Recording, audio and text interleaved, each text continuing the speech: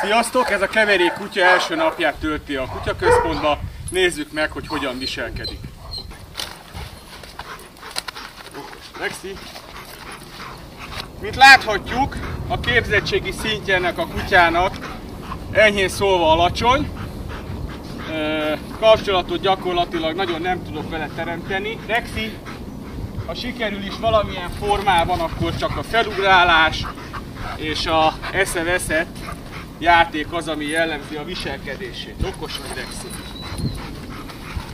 Lexike, gyere, gyere!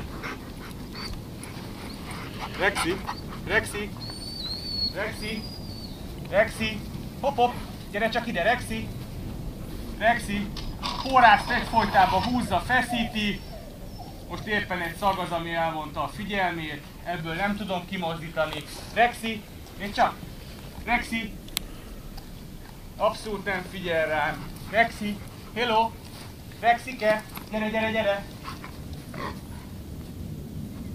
Lexi, gyere! Okos vagy, gyere, Lexi! Okos vagy, gyere, Lexi! Okos vagy. Jól van, okos. Lexivel elérkeztünk az oktatás végére, láthatóan nagy változások mentek végbe. Lex, Lexi! Máphoz, Lex! Lexi! Máphoz, Lexi! Máphoz!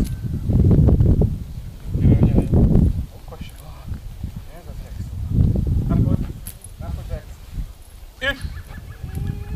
Naphoz igazod, üljél szépen. Ül! Ott ül!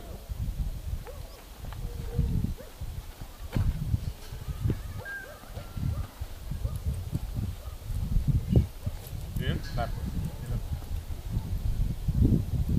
Lexi, naphoz. Gyere. Naphoz, Lexi. Ül! Szik! Lexi!